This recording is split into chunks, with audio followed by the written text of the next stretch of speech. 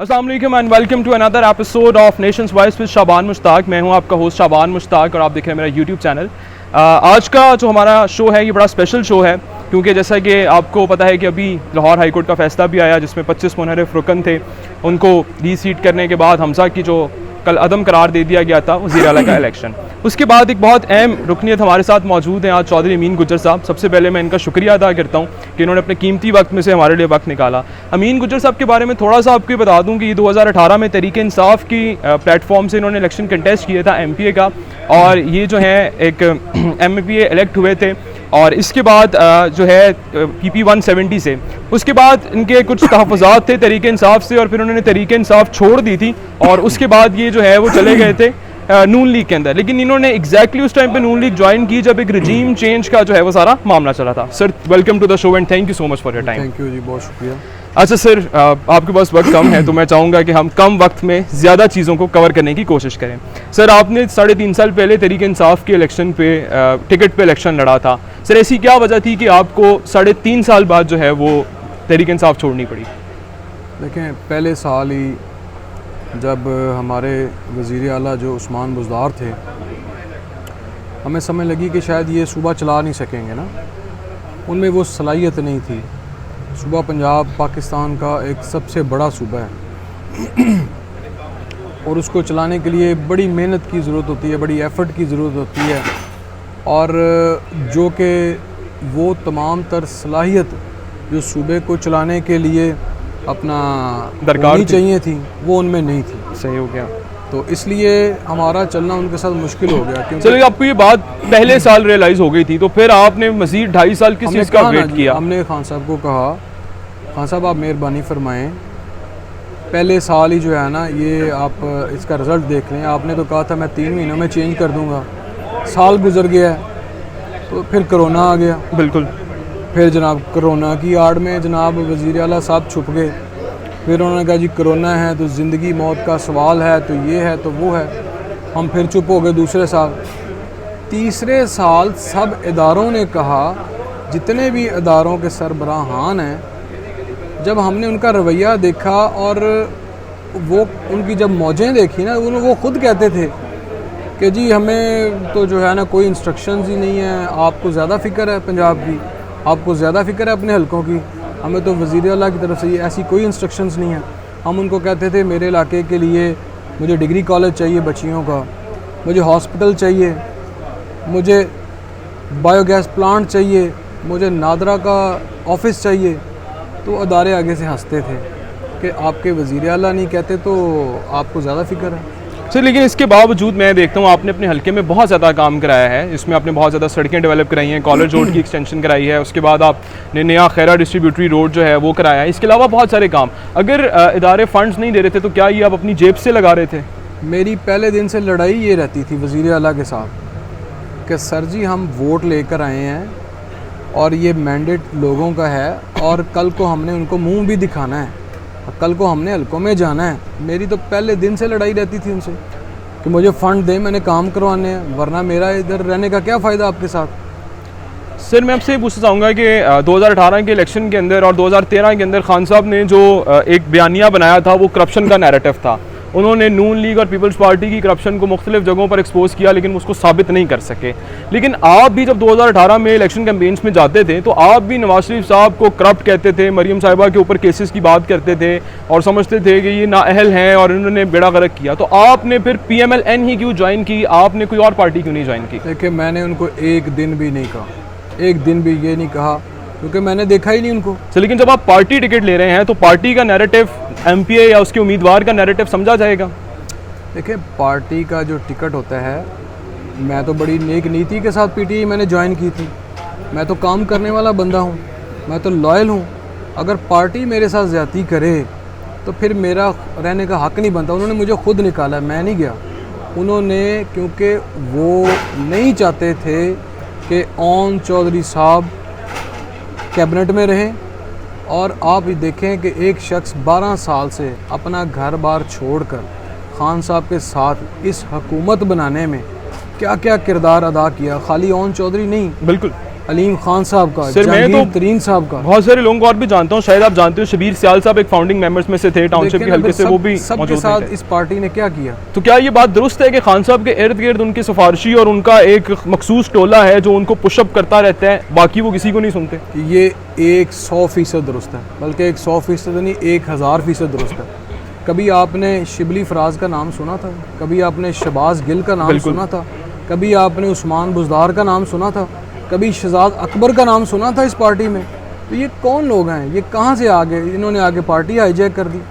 Sir, जो मुनहरिफ रुकन है, आपने भी पीटीआई छोड़ी, अगर आपके पीटीआई से तहफ़्फ़ुज़ात थे तो आपने इलेक्शन जो वोट ऑफ नो कॉन्फिडेंस जब मूव हुआ असेंबली में, तो आपने तब पार्टी क्यों छोड़ी? आपने जो है रिज़ाइन करते और पीएमएल ज्वाइन करके री इलेक्ट होकर आते। आपके तो जो ज़िमनी इंतखाबात अब हो रहे हैं, ये असल में तो हाई कोर्ट ने फैसला दिया था कि हम इनको डी सीट कर रहे हैं। जिस दिन जहांगीर तरीन खान साहब के सिलसिले में हम कोई 20 से 25 लोग इमरान खान साहब के पास गए कि खान साहब, आपने जहांगीर खान तरीन साहब के ऊपर ये जो केसेस बनाए हैं ये गलत हैं, और आपको ये सोचना चाहिए कि तरीन साहब आपकी हुकूमत बनाने में आपके लिए उन्होंने बैकबोन का किरदार अदा किया, और आप उनकी बच्चियों के ऊपर और बच्चियों के ऊपर पर्चे करवा रहे हैं। हम तो 20-25 लोग खान साहब से ये कहने के लिए इस्लामाबाद गए हैं। अच्छा, उसके बाद जब हम मीटिंग करके वापस आए तो खान साहब का पैगाम आ गया कि ये जितने भी लोग आए हैं जहांगीर तरीन खान साहब की हमायत में आए हैं, इनको मेरा मैसेज दे दें कि आइंदा के बाद मैंने इनको टिकट नहीं देनी। यानी कि जो बात बंदा सच करे वो उनको पसंद नहीं है। अगर अदालतें उनके हक़ में फ़ैसला करें तो वाह वाह, अगर उनके ख़िलाफ़ करें तो पता नहीं क्या क्या इनामात देते हैं, फिर एस्टेब्लिशमेंट के ऊपर, फिर हमारी पाक फ़ौज के ऊपर। अच्छा सर, मैं इस तरफ भी आऊँगा, एस्टेब्लिशमेंट और पाक फ़ौज। उससे पहला मेरा सवाल है कि आपने फिर पीपल्स पार्टी क्यों नहीं ज्वाइन की, जमात इस्लामी क्यों नहीं ज्वाइन की? 186 जो है वो जमातें इलेक्शन कमीशन ऑफ पाकिस्तान के पास रजिस्टर्ड हैं, आप नून लीग की तरफ क्यों आए? देखिए जी, मैं पंजाब में रहता हूँ, और पंजाब में बल्कि पाकिस्तान में जिस जमात ने हुक्मरानी की है और जिस जमात ने डिलीवर करके दिखाया है, यानी आपके सामने हैं मिसालें, अगर मैं गिनता जाऊं तो मेरा ख्याल शायद काफ़ी टाइम लग जाएगा। इसमें कोई शक नहीं है कि नवाज शरीफ साहब ने सबसे ज़्यादा डिलीवरेंस इस मुल्क को दी है, और तो मैं ये कहना चाहूँगा कि मैं भी वोटर था खान साहब का, लेकिन मैं जब एनालिसिस करता हूँ तो मैं ये कहता हूँ कि to some extent Nawaz Sharif साहब ने ज़्यादा डिलीवर किया है उनसे। सर, आज का फैसला है लाहौर हाई कोर्ट का, इसके ऊपर क्या कहेंगे? उन्होंने हमजा को जो है वो उनका इलेक्शन कलअदम करार दे दिया है, और उसके बाद अब जो है वो दोबारा उस्मान बुज़दार साहब, जो आपकी नापसंदीदा शख्सियत है तो जिनके साथ आपके खिलाफ है, वो दोबारा वज़ीर आला नोटिफाई हो गए हैं, क्या कहेंगे? आज सारा दिन मैं तो अपनी कैंपेन में लगा रहा हूँ। अच्छा। मैंने तफसील के साथ फ़ैसला पढ़ा नहीं है, मगर मैंने सुना है, मगर इंशाल्लाह ताला कल आप देखिएगा, कल अक्सरियत हमारी होगी और इंशाल्लाह हमजा शहबाज शरीफ दोबारा वज़ीर आला साहब। सर, नवाज शरीफ साहब के ऊपर बहुत सारे सवाल उठाए जाते हैं, वो 3 दफ़ा इस मुल्क के प्राइम मिनिस्टर रहे हैं, 1 दफ़ा पंजाब के वज़ीर आला भी रहे हैं। इस वक्त वो दिल की शरियानों के मसले के अंदर मौजूद है, जिनका इलाज लंदन में चल रहा है। अगर मैं गलत नहीं हूँ तो क्या ये बात दुरुस्त है? नहीं, बात पता क्या है, कुछ ऐसे लोगों ने उनको कहा कि अगर आप पाकिस्तान में रहेंगे तो इमरान खान की हुकूमत जो है ना वो काम नहीं कर सकेगी। कुछ ऐसे होते हैं ना जी, कोई बड़े लोग होते हैं जो हुकूमतों बनाने में, ब्रिज का किरदार अदा करने में, मुल्क के हालात को ठीक करने में जो मदद करते हैं। उन्होंने कहा कि मियाँ साहब ठीक है, आप इलाज करवा लें, मगर आप कुछ देर उधर ही रहें। तो इसका मतलब तो ये है कि मियाँ साहब इतने बीमार नहीं थे फिर जितना शो किया गया? बीमार तो थे, इसमें तो कोई शक नहीं है। तो उनका इलाज पाकिस्तान में हो सकता था। देखें, उस वक्त जो सिचुएशन बन गई थी ना, जब मियाँ साहब बीमार हुए उसके कुछ अरसे बाद तो आपको पता कोरोना आ गया, तो पता नहीं कितनी जानें गई हैं। बिल्कुल। तो उनका यहाँ आना, यहाँ हमारे पहले ही हालात जिस किस्म के चल रहे थे, हमारा गरीब मुल्क है, तो हम नहीं चाहते थे कि एक तो हेल्थ के इश्यूज़ हैं यहाँ पर पूरे मुल्क में, दूसरा कोई सियासी बहरान पैदा हो जाए, तो इसलिए हम नहीं चाहते थे कि मियाँ साहब जो है ना यहाँ आएँ और आकर जो है ना, मतलब सर, जो बीमारी मियाँ साहब को लाक है, अगर ये खुदा ना खास्ता पाम किसी पाकिस्तानी को हो जाए तो क्या वो यहाँ से अपना इलाज करा सकता है या उसको भी लंदन जाना चाहिए? नहीं, ये तो एक प्रोपेगेंडा बना दिया दूसरी जमातों ने, तो ऐसी कोई बात नहीं है। पाकिस्तान में माशाल्लाह हैं मियाँ साहब। देखें जी, कोई भी अगर जहाँ से मर्ज़ी इलाज कराना चाहता है वो तो जा सकता है, कोई आम शहरी भी जा सकता है। मैं आपको बेशुमार ऐसी मिसालें भी देता हूँ जिसको पाकिस्तान की गवर्नमेंट ने भेजा है। अगर किसी इलाज की किसी के पास पैसे नहीं हैं तो बाहर जाके इलाज करवा के आए, क्योंकि अभी तक हमारे मुल्क में उस लेवल का इलाज नहीं है जो बाहर के मुल्कों में है। आज सर अभी आपने इदारों की थी सर बात, ये भी आप मुझे कह रहे थे कि आज इमरान खान साहब ने एक नैरेटिव बिल्ड किया एस्टैब्लिशमेंट और न्यूट्रल्स के खिलाफ, जिसके ऊपर तमाम मुस्लिम लीग नून एक पेज के ऊपर नजर आती है। वो कहती थी हमारी पाक फौज को गंदा ना करें, हमारे आर्मी जर्नलों को गंदा ना करें। क्या ये बात दुरुस्त है? ऐसे ही है? देखें, एक ऐसी हमारी पाक फौज ही है जो रातों को जागती है और हम सुकून से सोते सर फिर जब 2017 के अंदर नवाज शरीफ साहब को निकाला गया और वोट को इज्जत दो का नारा लगाया, फिर मरियम साहिबा जो है अपने जलसों में कहती थी कि अब जब मैं बोलूंगी तो मीडिया मुझे म्यूट कर देगा, और फिर बाजवा साहब की स्कैंडल्स बताती थी, पापा जॉन्स की कंपनीज बताती थी, तो उस वक्त बाजवा साहब जो है वो मुल्क के गद्दार थे, और आज अगर वो आपको सपोर्ट कर रही है एस्टैब्लिशमेंट या आर्मी, तो आप आज उनके साथ खड़े हैं। नहीं, ये बिल्कुल गलत बात सर मैं बल्कि अपना क्लिप लगा दूंगा इस वीडियो के साथ जिसके अंदर मरियम साहिबा अपने जलसों में कह रही हैं कि अब जब मैं बोलूंगी तो मीडिया मुझे म्यूट कर देगा। पापा जोन्स को जानते हो ना? ये 99 कंपनियां किसकी है? पापा जोन्स का पिज्जा जानते हो ना? तो वो आसिम सलीम बाजवा को आज पूछने वाला कोई नहीं है। वो कहता है कि मैंने आज SAPM से रिजाइन कर दिया है, लेकिन क्या आप ये मानते हो कि 60 अरब डॉलर के जो सीपेक का मंसूबा नवाज शरीफ के हाथों से लगाया हुआ है, उसका चार्ज आसिम सलीम बाजवा जैसे करप्ट इंसान के पास होना चाहिए? और मैं सर आपको कोट कर देता हूं कि नवाज शरीफ साहब ने सेहतयाब होने के बाद लंदन से पहला जब ऑनलाइन खिताब भी किया था, तो वहां पर भी उन्होंने जो है बाकायदा तौर पे बाजवा साहब की जो है वो क्या कहते हैं, छितरौल कह लें अगर हम थोड़ा सा पंजाबी में जाएं, तो वो उन्होंने बड़े सख्त अल्फाज इस्तेमाल किए थे। हम अपनी इमरान नियाजी की इस नाअहल हुकूमत की तबाहकारियों का कौन जिम्मेदार है? जनरल कमर जावेद बाजवा साहब, ये सौगात आप ही की दी हुई है। आप ही इस मुसीबत की मारी कौम की परेशानियों का मूजिब है।